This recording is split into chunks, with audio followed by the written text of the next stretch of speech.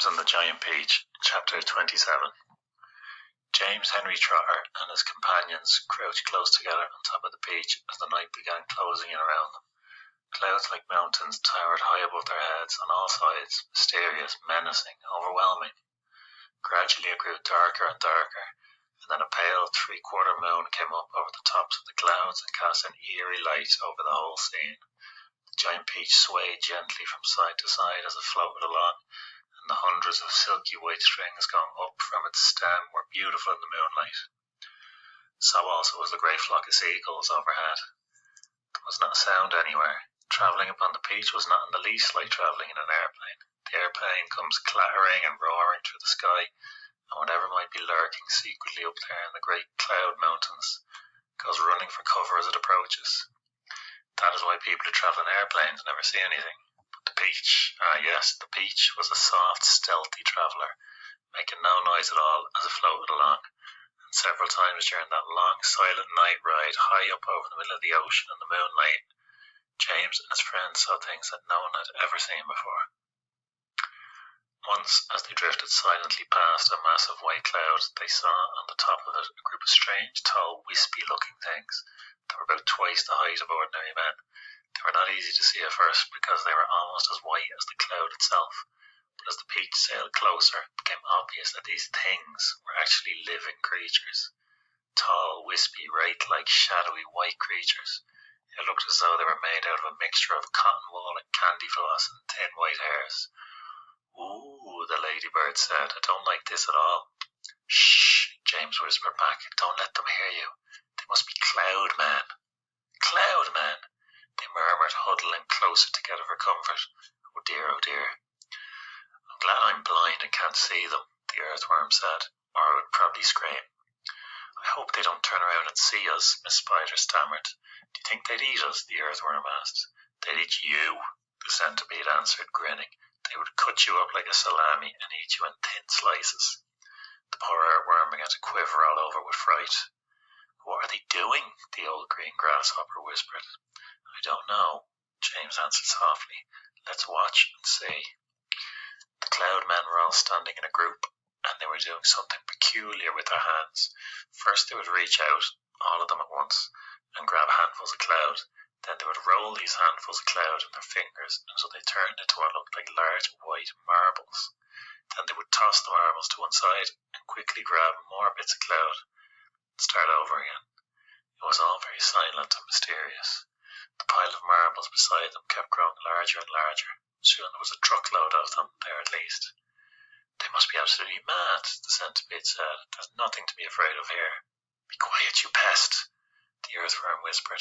"We shall all be eaten if they see us." But the cloud men were much too busy with what they were doing to have noticed the great peach floating silently up behind them. Then the watchers on the peach saw one of the cloud men raising his long wispy arms above his head, and they heard him shouting, "All right, boys, that's enough. Get the shovels." And all the other cloud men immediately let out a strange high-pitched whoop of joy and started jumping up and down and waving their arms in the air.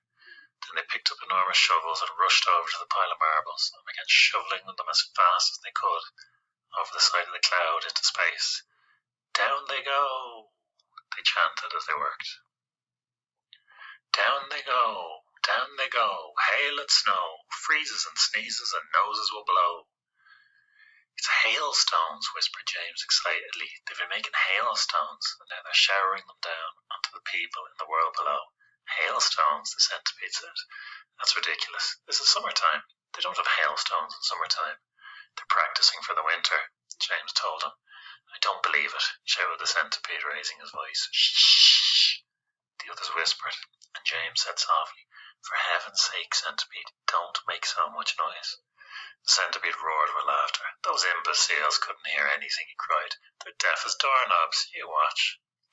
And before anyone could stop him, he had cupped his front feet to his mouth and was yelling at the cloud men as loud as he could. "Idiots," he yells, "nincompoops, half-wits, blunderheads, asses. What on earth do you think you're doing over there?" The effect was immediate. The cloud men jumped around as if they had been stung by wasps, and when they saw the great golden peach floating past them, not 50 yards away in the sky, They gave a yelp of surprise and dropped their shovels to the ground. And there they stood with the moonlight streaming down all over them, absolutely motionless, like a group of tall, white, hairy statues staring and staring at the gigantic fruit as it went sailing by. The passengers on the beach, all except the centipede, sat frozen with terror, looking back at the cloud man and wondering what was going to happen next. Now you've done it, you loathsome pest, whispered the earthworm to the centipede. I'm not frightened of them, shouted the centipede. And to show everybody once again that he wasn't, he stood up to his full height and started dancing about and making insulting signs at the cloud man with all 42 of his legs. This evidently infuriated the cloud man beyond belief. All at once they spun around and grabbed great handfuls of hailstones, rushed to the edge of the cloud and started throwing them at the beach, shrieking with fury all the time. Look out, cried James. Quick, lie down, lie flat on the deck. It was lucky they did. A large hailstone can hurt you as much as a rock or a lump of lead if it's thrown hard enough, and my goodness, how those cloud men could throw. The hailstones came whizzing through the air like bullets from a machine gun, and James could hear them smashing against the sides of the beach and burying themselves in the beach flesh with horrible squelching noises, plop, plop, plop, plop, and then ping, ping, ping, as they bounced off the poor ladybird's shell, because she wouldn't lie as flat as the others, and then crack, as one of them hit the centipede right on the nose, and crack again as another one hit him somewhere else. Ow, we cried, ow, stop, stop, stop. But the cloud men had no intention of stopping. James could see them rushing about in the cloud like a lot of huge hairy ghosts, picking up hailstones from the pile, dashing to the edge of the cloud, hurling the hailstones at the beach, dashing back again to get more, and then, when the pile of stones was all gone, they simply grabbed handfuls of cloud and made as many more as they wanted, and much bigger ones now, some of them as large as cannonballs. Quickly, cried James, down the tunnel or we'll all be wiped out. There was a rush for the tunnel entrance, and half a minute later, everybody was safely downstairs inside the stone on the beach, trembling with fright and listening to the noise of the hailstones as they came crashing against the side of the beach. I'm a wreck, groaned the centipede. I'm wounded all over. Serves you right, said the earthworm. Would somebody kindly look and see if my shell is cracked? The ladybird said. Give us some light, shouted the old green grasshopper. I can't, wailed the glowworm. They've broken my bulb. Then put in another one, the centipede said. Be quiet a moment, said James. Listen. I do believe they're not hitting us anymore. They all stopped talking and listened. Yes, the noise had ceased. The hailstones were no longer smashing against the beach. We've left them behind. The seagulls must have pulled us away out of danger. Hooray! Let's go up and see.